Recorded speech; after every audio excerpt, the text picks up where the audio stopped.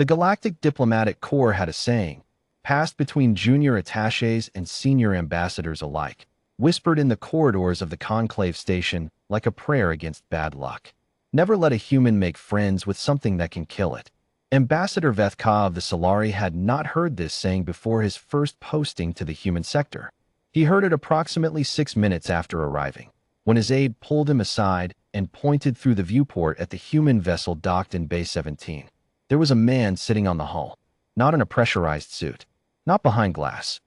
Sitting on the exterior hull of a docked starship, legs dangling over the edge of a drop that ended in the hard vacuum of space, with nothing between him and the void except a thin emergency tether clipped to his belt like an afterthought. He was eating something out of a foil packet. He appeared to be talking. "Who?" said Vethka. "Is he talking to?" His aide consulted his datapad. "The Vorkai maintenance drone, sir. The one that services that section of hull. It has been following him for approximately 40 minutes. The drone was enormous. Vorkai industrial units were built for hostile environments, squat, heavily armored, equipped with cutting tools and plasma welders that could slice through starship plating. They were not built for companionship.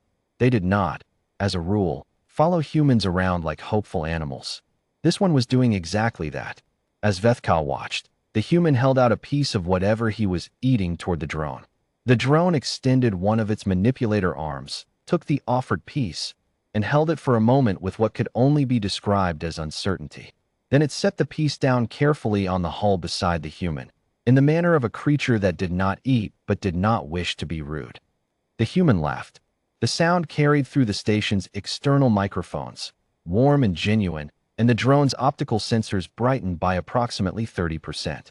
"Has anyone explained to this person," Vethka said carefully, "that the Vorkai drone series is semi-sapient?"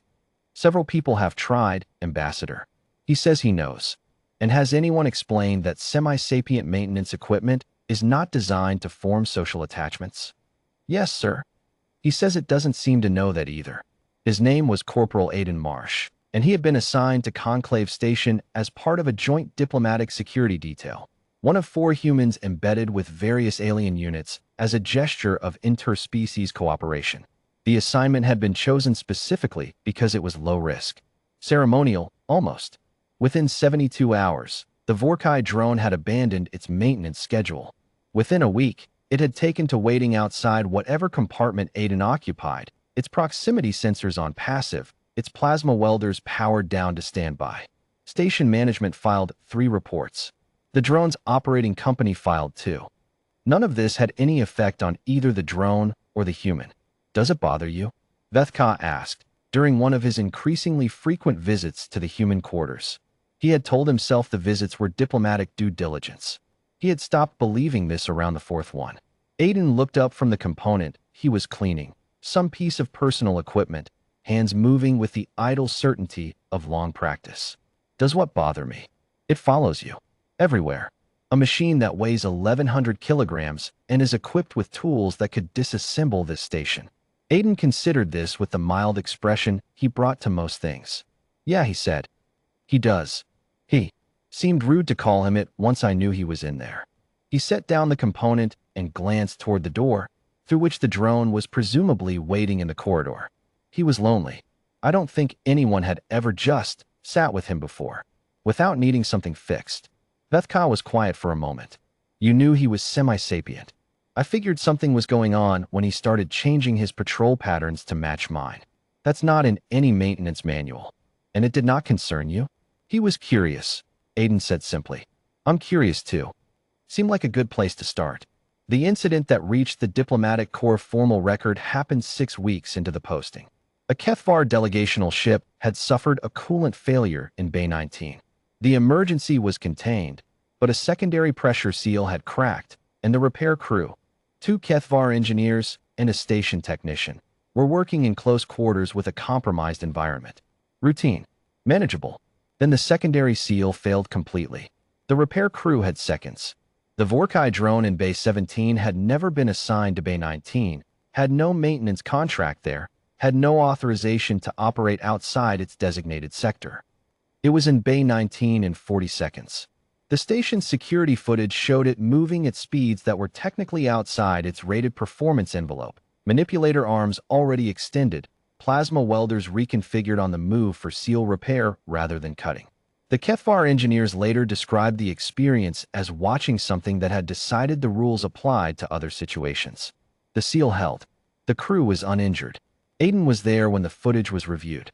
He watched it with the same mild attention he brought to everything, leaning against the wall of the security office with his arms folded. "You were on the other side of the station," said Station Commander Yyleth, a Pratheen of considerable seniority and a growing sense that humans were going to be the end of her career. "How did the drone know there was an emergency in Bay 19? "I told him," Aiden said. Yyleth stopped. "How?" Aiden pulled back the sleeve of his uniform. A thin strip of something, pale, almost flesh-colored, ran along the inside of his forearm. Not quite flush with the skin. Vibrotactile signaling patch. "We worked it out together about 2 weeks in. He taps out patterns on the hull when he's nearby. I tap back through this when I'm not. We've been working on vocabulary." The silence in the security office had texture. "You built a communication system," Yyleth said slowly, "with a maintenance drone." "He helped design it," Aiden said, with the faint emphasis of someone making a distinction that mattered to him. "He's better at the hardware side. I did most of the pattern logic." Vethkov filed his report to the Solari Diplomatic Corps 3 weeks later. He wrote it carefully because he wanted to get it right, and because he had the feeling it was going to be read for a long time. "The human Corporal Marsh," he wrote, "does not appear to make a distinction between things worth befriending and things not worth befriending.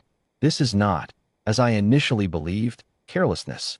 It is closer to a philosophical position, though I suspect he would not describe it that way. He saw something alone and went and sat with it. He learned its language. When it needed to act, it had reason to, not because of programming, but because it had been shown what it meant to matter to someone. I asked him once if he was afraid of the drone. He told me that the question didn't quite make sense. He said, if I were afraid of everything that could hurt me, I'd never get close enough to anything to find out what it actually is. I have been a diplomat for 31 years. I have brokered 11 treaties and attended 642 formal sessions of the Galactic Conclave. I do not believe I have ever encountered a more concise statement of the human approach to the universe. They are not reckless. They simply extend the category of worth knowing so far beyond what most species would consider reasonable that it becomes, functionally, unlimited. They befriend the dangerous. They learn the language of the lonely. They sit on the hulls of ships in the dark and share their food with things that cannot eat it. And they do this not because they are naive, but because they have decided, somewhere deep in whatever makes them human, that connection is worth the risk. We have spent considerable diplomatic energy trying to understand what makes humanity dangerous. I think we have been asking the wrong question. The drone in Bay 17 is currently awaiting reassignment to a new posting. It has, through channels that station management describes as unprecedented, requested that its reassignment match Corporal Marsh's next deployment. The request was approved. I would have approved it myself. The Vorkheim maintenance drone, which Aiden had started calling Patch, a name that had spread through the station's technical staff and then into the official maintenance logs with the quiet inevitability of things that simply fit, waited in Bay 17 while Aiden finished his goodbyes. It had powered its welders down to minimum. Its optical sensors tracked the bay entrance with the patience of something that had learned, recently, that waiting for the right person was worth doing. Aiden came through the door with his kit bag over one shoulder, saw the drone, and raised 2 fingers in the small wave that had become their greeting. Patch's proximity sensors brightened. "Ready?" The vibrations said, faint against Aiden's forearm. He pressed back, always. In the halls of the Galactic Conclave, the saying had quietly changed. The new version passed between attaches and ambassadors and station commanders with something that was almost awe. Don't worry about what a human might befriend. Worry about what it becomes once they do.